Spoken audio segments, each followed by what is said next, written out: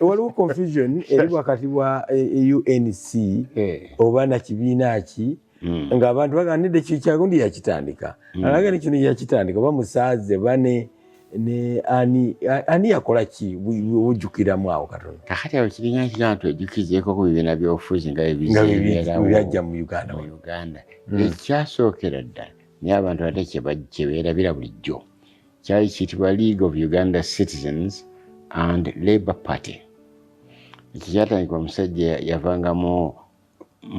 nnyumba y'Abakisosonkole erinnya yayitibwanga Daudi Ssekkuuma mu mwaka ogw'ana kati kyetugamba nti kyekyasooka mu Uganda ate kyekya DP ng'ate ekyo kyajja wayiseewo myaka 10 ddamba